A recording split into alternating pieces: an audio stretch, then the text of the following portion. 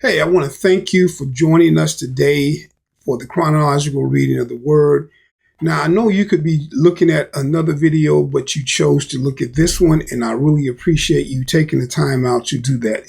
It's important that we hear the Word of God on a regular basis, and that's what we're here for, to help you and others hear the Word of God on a regular basis so that God can speak to our hearts so that we can listen to His voice and do the things that He asks us to do.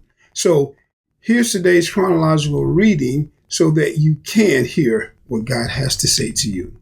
Your chronological reading for today comes from Ezekiel chapters 32 to 34. Here's today's thought of the day. When leadership fails, God steps in. Here's what you'll see in today's reading. In Ezekiel chapter 32, God continues pronouncing judgment on powerful nations like Egypt, reminding them that strength, reputation, and influence cannot protect them from accountability. But the shift in Ezekiel chapter 34 is where the message becomes personal. God confronts the shepherds, the leaders of His people. These were men responsible for guiding, protecting, and caring for others. But instead, they fed themselves instead of the flock. They neglected the weak. They ignored the hurting. They failed to lead with responsibility. God doesn't overlook it. He says clearly, "I am against the shepherds." Then comes one of the most powerful promises. God Himself will step in to shepherd His people. He will search for the lost, bring back the strayed, heal the injured, strengthen the weak. And He promises to raise up a faithful shepherd who will truly lead. The message is clear. God takes leadership seriously. And when leadership fails, He will replace it. Now let's talk about the marriage application. A husband is called to lead, not just exist. Just like the shepherds in Ezekiel chapter 34, a man can be present, but not leading well. It shows up like this: being physically there but spiritually absent, providing financially but neglecting emotionally, avoiding responsibility instead of embracing it, reacting instead of guiding. And over time, the impact is real. Disconnection grows. Trust weakens. Direction is lost. But God's standard for a husband is clear. Lead with care. Lead with awareness. Lead with responsibility. A strong husband pays attention to his wife's needs, leads spiritually, not just practically, addresses issues instead of avoiding them, protects the health of the relationship. Because leadership is not about control.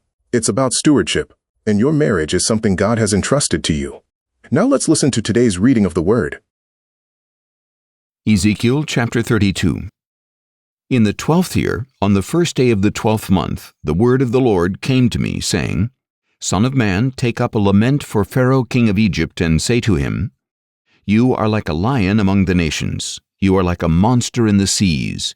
You thrash about in your rivers, churning up the waters with your feet and muddying the streams. This is what the Lord God says, I will spread my net over you with a company of many peoples, and they will draw you up in my net. I will abandon you on the land and hurl you into the open field. I will cause all the birds of the air to settle upon you, and all the beasts of the earth to eat their fill of you. I will put your flesh on the mountains and fill the valleys with your remains. I will drench the land with the flow of your blood. All the way to the mountains, the ravines will be filled. When I extinguish you, I will cover the heavens and darken their stars. I will cover the sun with a cloud, and the moon will not give its light. All the shining lights in the heavens I will darken over you, and I will bring darkness upon your land, declares the Lord God. I will trouble the hearts of many peoples when I bring about your destruction among the nations, in countries you do not know. I will cause many peoples to be appalled over you, and their kings will shudder in horror because of you when I brandish my sword before them. On the day of your downfall, each of them will tremble every moment for his life. For this is what the Lord God says, The sword of the king of Babylon will come against you. I will make your hordes fall by the swords of the mighty, the most ruthless of all nations. They will ravage the pride of Egypt, and all her multitudes will be destroyed. I will slaughter all her cattle beside the abundant waters. No human foot will muddy them again, and no cattle hooves will disturb them. Then I will let her waters settle, and will make her rivers flow like oil, declares the Lord God. When I make the land of Egypt a desolation, and empty it of all that filled it, when I strike down all who live there, then they will know that I am the Lord. This is the lament they will chant for her. The daughters of the nations will chant it. Over Egypt and all her multitudes they will chant it, declares the Lord God. In the 12th year, on the 15th day of the month, the word of the Lord came to me, saying, Son of man, wail for the multitudes of Egypt, and consign her and the daughters of the mighty nations to the depths of the earth with those who descend to the pit. Whom do you surpass in beauty? Go down and be placed with the uncircumcised. They will fall among those slain by the sword. The sword is appointed. Let them drag her away along with all her multitudes. Mighty chiefs will speak from the midst of Sheol about Egypt and her allies. They have come down and lie with the uncircumcised, with those slain by the sword. Assyria is there with her whole company. Her graves are all around her. All of them are slain, fallen by the sword. Her graves are set in the depths of the pit, and her company is all around her grave. All of them are slain, fallen by the sword, those who once spread terror in the land of the living. Elam is there with all her multitudes around her grave. All of them are slain, fallen by the sword, those who went down uncircumcised to the earth below, who once spread their terror in the land of the living. They bear their disgrace with those who descend to the pit. Among the slain they prepare a resting place for Elam with all her hordes, with her graves all around her. All of them are uncircumcised, slain by the sword, although their terror was once spread in the land of the living. They bear their disgrace with those who descend to the pit. They are placed among the slain. Meshach and Tubal are there with all their multitudes, with their graves all around them. All of them are uncircumcised, slain by the sword because they spread their terror in the land of the living.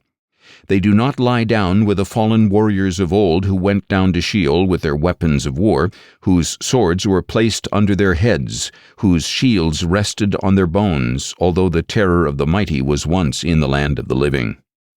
But you too will be shattered and lie down among the uncircumcised with those slain by the sword.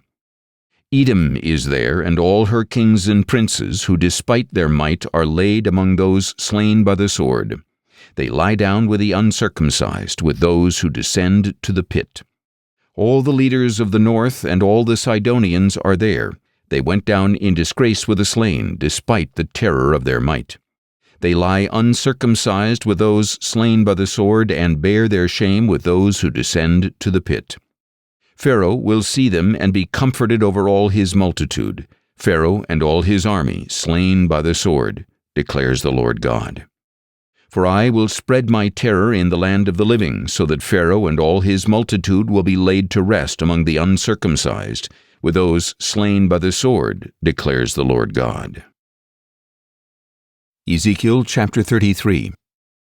Again the word of the Lord came to me, saying, Son of man, speak to your people and tell them, Suppose I bring the sword against a land, and the people of that land choose a man from among them, appointing him as their watchman, and he sees the sword coming against that land, and blows the ram's horn to warn the people. Then, if anyone hears the sound of the horn but fails to heed the warning, and the sword comes and takes him away, his blood will be on his own head. Since he heard the sound of the horn but failed to heed the warning, his blood will be on his own head.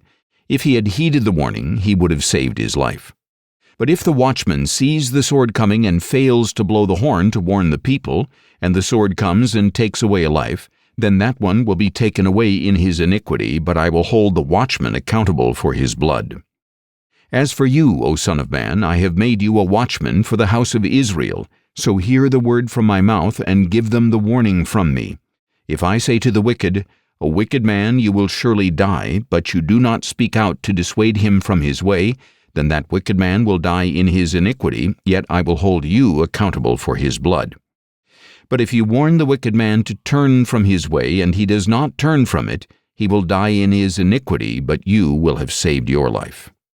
Now as for you, Son of man, tell the house of Israel that this is what they have said. Our transgressions and our sins are heavy upon us, and we are wasting away because of them.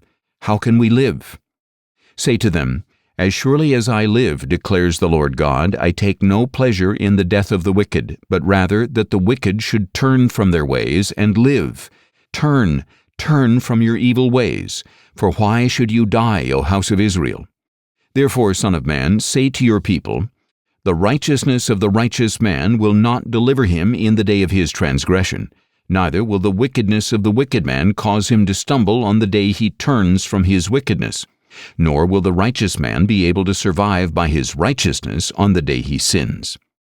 If I tell the righteous man that he will surely live, but he then trusts in his righteousness and commits iniquity, then none of his righteous works will be remembered. He will die because of the iniquity he has committed.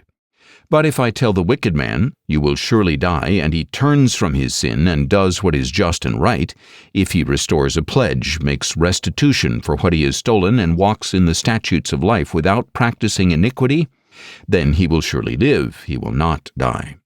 None of the sins he has committed will be held against him. He has done what is just and right, he will surely live. Yet your people say, the way of the Lord is not just, but it is their way that is not just. If a righteous man turns from his righteousness and commits iniquity, he will die for it. But if a wicked man turns from his wickedness and does what is just and right, he will live because of this. Yet you say, the way of the Lord is not just, but I will judge each of you according to his ways, O house of Israel. In the 12th year of our exile, on the 5th day of the 10th month, a fugitive from Jerusalem came to me and reported, the city has been taken. Now the evening before the fugitive arrived, the hand of the Lord was upon me, and he opened my mouth before the man came to me in the morning. So my mouth was opened, and I was no longer mute. Then the word of the Lord came to me, saying, Son of man, those living in the ruins in the land of Israel are saying, Abraham was only one man, yet he possessed the land. But we are many. Surely the land has been given to us as a possession. Therefore tell them that this is what the Lord God says. You eat meat with the blood in it, lift up your eyes to your idols, and shed blood. Should you then possess the land? You have relied on your swords, you have committed detestable acts, and each of you has defiled his neighbor's wife. Should you then possess the land? Tell them that this is what the Lord God says. As surely as I live, those in the ruins will fall by the sword. Those in the open field I will give to be devoured by wild animals, and those in the strongholds and caves will die by plague. I will make the land a desolate waste, and the pride of her strength will come to an end. The mountains of Israel will become desolate, so that no one will pass through. Then they will know that I am the Lord, when I have made the land a desolate waste because of all the abominations they have committed. As for you, son of man, your people are talking about you near the city walls and in the doorways of their houses. One speaks to another, each saying to his brother, Come and hear the message that has come from the Lord. So my people come to you as usual, sit before you and hear your words, but they do not put them into practice. Although they express love with their mouths, their hearts pursue dishonest gain. Indeed, you are to them like a singer of love songs with a beautiful voice, who skillfully plays an instrument. They hear your words, but do not put them into practice. So when it comes to pass, and surely it will come, then they will know that a prophet has been among them. Ezekiel chapter 34. Then the word of the Lord came to me, saying, Son of man, prophesy against the shepherds of Israel. Prophesy and tell them that this is what the Lord God says. Woe to the shepherds of Israel who only feed themselves. Should not the shepherds feed their flock? You eat the fat, wear the wool, and butcher the fattened sheep, but you do not feed the flock. You have not strengthened the weak, healed the sick, bound up the injured, brought back the strays, or searched for the lost. Instead, you have ruled them with violence and cruelty. They were scattered for lack of a shepherd, and when they were scattered they became food for all the wild beasts. My flock went astray on all the mountains and every high hill. They were scattered over the face of all the earth, with no one to search for them or seek them out. Therefore you shepherds, hear the word of the Lord. As surely as I live, declares the Lord God, because my flock lacks a shepherd and has become prey and food for every wild beast, and because my shepherds did not search for my flock but fed themselves instead, therefore you shepherds, hear the word of the Lord. This is what the Lord God says.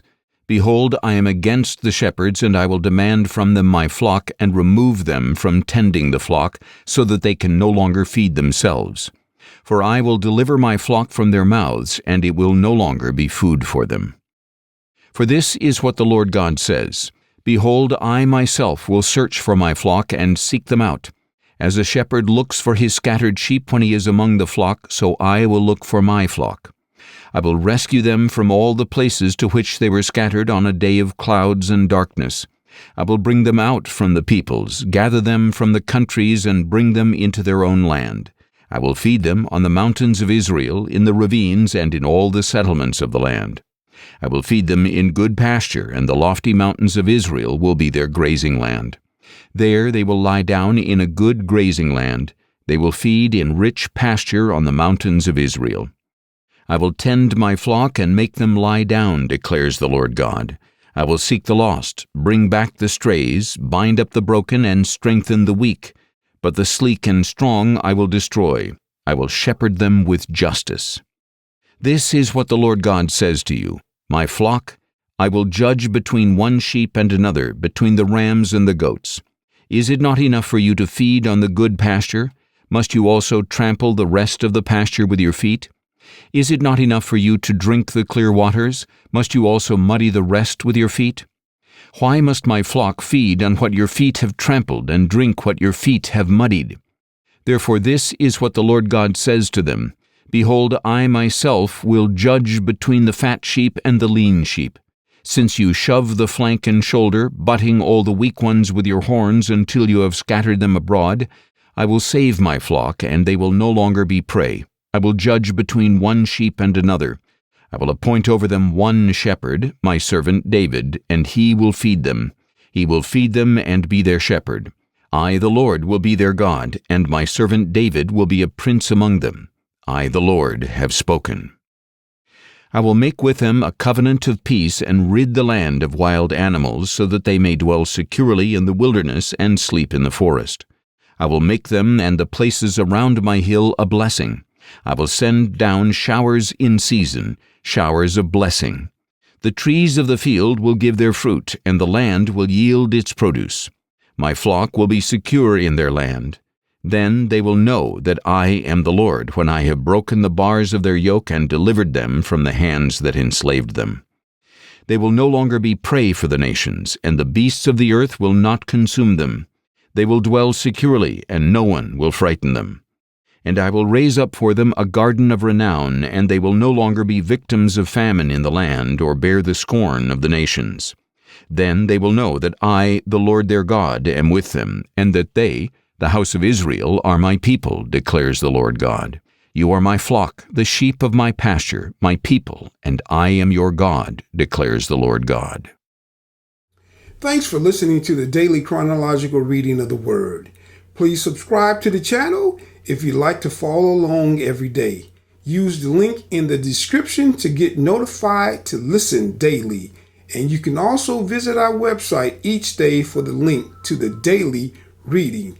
God bless and stay on mission.